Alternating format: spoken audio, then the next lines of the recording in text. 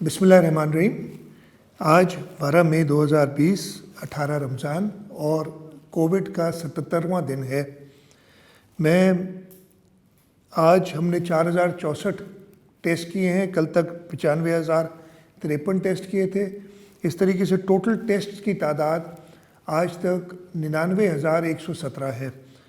कल तक 12,017 इन्फेक्टेड लोग थे इस कोरोना वायरस से। पिछले 24 घंटों में जो हमने 4064 टेस्ट किए हैं उसमें 593 अफराद मज़ीद इस वायरस से अफेक्ट हुए हैं।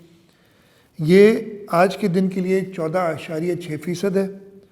और जब से हमने टेस्टिंग शुरू की और 26 फरवरी से जब से पहला केस आया था, 12,610 लोग इन्फेक्ट हो चुके हैं, जो कि टोटल टेस्ट की तादाद का 12.7% है।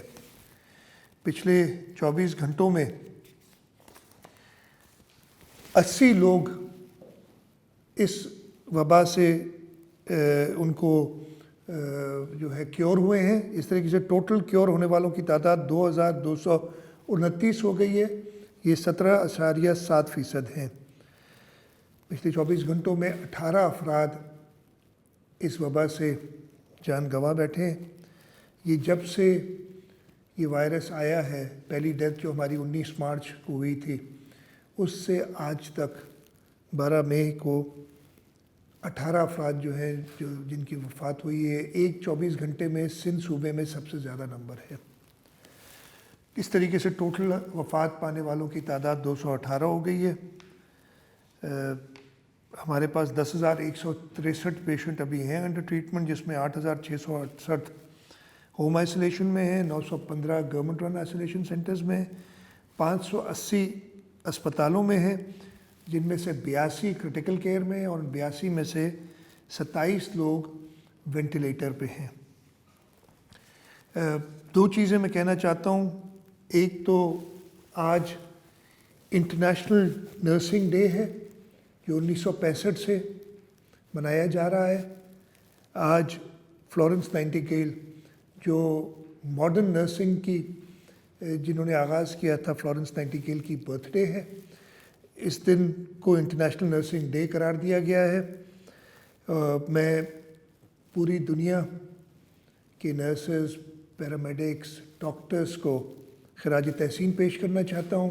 ख़ास तौर पे हमारे पाकिस्तान के डॉक्टर्स, नर्सेस, पैरामेडिक्स जो कि फ्रंट लाइन पे हैं इस वबा से मुकाबले के लिए, और सूबा सिंध के डॉक्टर्स, नर्सेस और पैरामेडिक्स जो कि फ्रंट लाइन पे इस वबा से मुकाबला करने, इन सब को मैं खराज तहसीन पेश करना चाहता हूँ।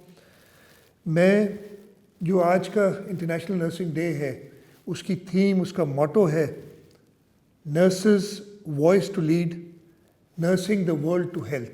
इंशाअल्लाह ताला हमारे डॉक्टर्स, हमारे नर्सेस और पैरामेडिक्स इस एफ़र्ट को लीड करेंगे, फ्रंट लाइन पे रहेंगे और उनकी कुर्बानियों से बिल्कुल इनकार नहीं किया जा सकता।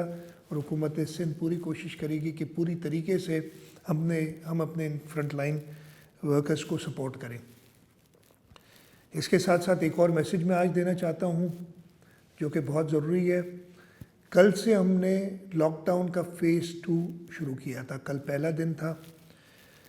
मुझे अफसोस के साथ कहना पड़ता है कि जो हमारी एक्सपेक्टेशंस थी लोगों की, हमारी एक्सपेक्टेशंस थी, ताजरान ने दुकानें खोली, उनसे मैंने ख़ुद पर्सनली बात की थी, उन सब ने यकीन दिलाया था कि वो जो SOPs हैं, यानी मास्क पहनना, दूर रहना, ख़ास तौर पे जो हमने बुज़ुर्गों से रिक्वेस्ट की थी कि वो घरों पे रहें, उन लोगों से रिक्वेस्ट की थी कि जिनको और तकालीफ़ हैं, कुछ और मर्ज़ हैं, वो बाहर ना निकलें, लेकिन उन SOPs को सही तरीके से फॉलो नहीं किया गया। मैं एक बार फिर इल्तिमास करता हूँ पाकिस्तान के लोगों को, ख़ास तौर पे सूबा सिंध के लोगों को, कि ये SOPs, ये एहतियाती तदाबीर आपकी अपनी भलाई के लिए हैं, आपके लिए, आपकी सेहत के लिए, आपके प्यारों की सेहत के लिए, ख़ास तौर पे बुज़ुर्गों की सेहत के लिए इन SOPs पे अमल करना बहुत ज़्यादा ज़रूरी है। मैं ऐसा कुछ नहीं करना चाहता कि हमें फिर से कुछ सख्तियाँ करनी पड़े। ये सख्तियाँ एक मुश्किल फ़ैसले थे, بڑی مشکل سے ہم نے یہ فیصلے کیے تھے. ہم نہیں چاہتے کہ کسی قسم کی سختیاں کرنی پڑیں. ہم چاہتے ہیں کہ پوری قوم، پورا ملک مل کے اس وبا سے نجات کے لیے کام کریں. اس کی وبا میں کئی بار کہہ چکا ہوں، اس کا حل، اس کا علاج آپ کے پاس ہے.